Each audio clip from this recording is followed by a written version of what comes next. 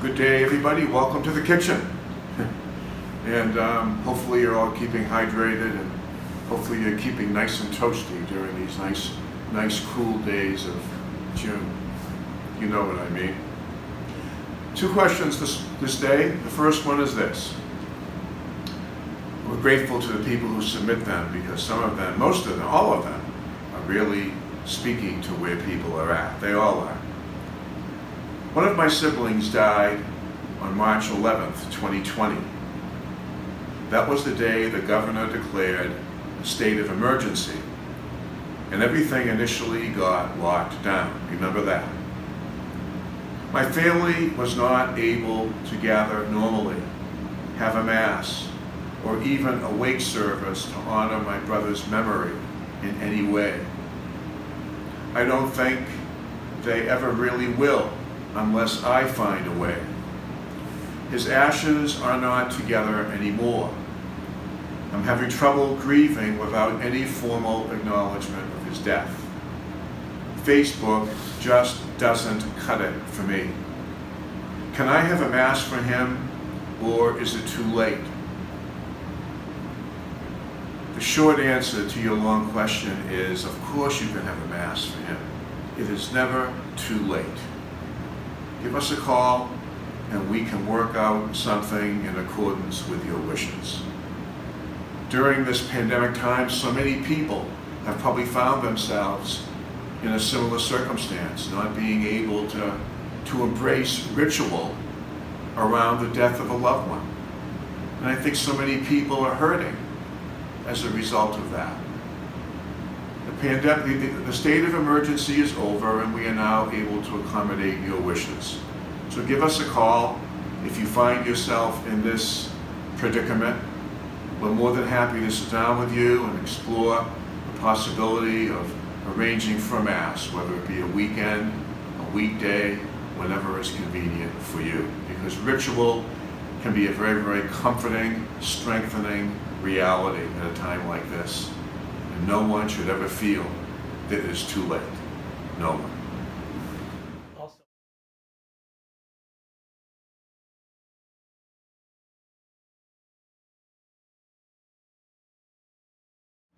Question number 2. What is the validity of baptizing a newborn as a lay person if a priest is not available? Will she receive all the same graces?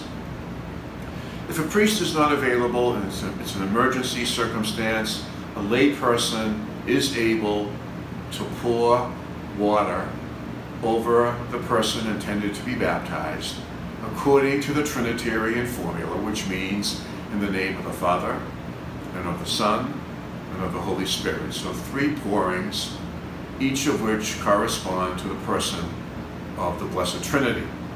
A lay person is qualified to do this. So often in hospital settings, nurses have taken it upon themselves to baptize if a case is extreme and if it's impossible for a priest to arrive in a timely fashion. The person baptized receives all the same graces, no problem. And then, if God willing, if the person recovers and strengthens and is able to return home, if the family would like to present the newly baptized to the church, they can do so, and we call this supplying the rest of the baptismal ceremony, where we present a white garment, a candle, and we do the anointings with the oil of catechumens and the oil of chrism. We can supply the rest of the ceremonies later if the person recovers in a timely fashion. But the answer to your question is yes, a lay person is able to do this, and the person baptized will receive the same graces. But this is only for extreme and emergency circumstances. In case the person is really close to death and a priest is not available. So thank you once again for your questions. I hope I've answered these. I think there's one more. My surprise question.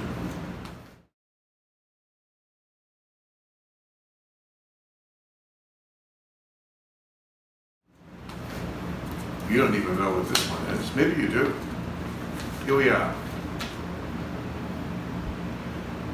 Father Joe, now that COVID is mostly behind us, what are you celebrating?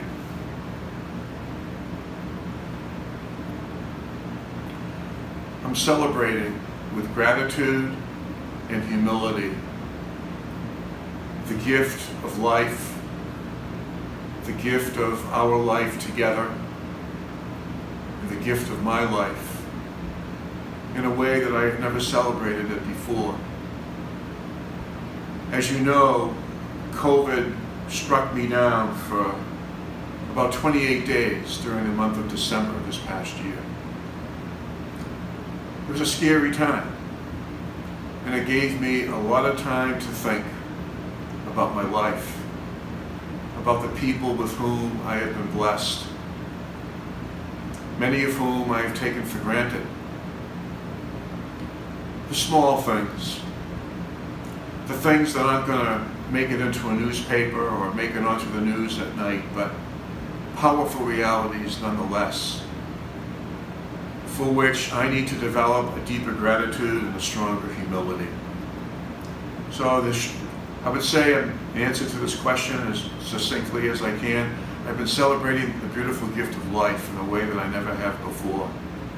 And I would hope and pray that you join with me in celebrating this great gift.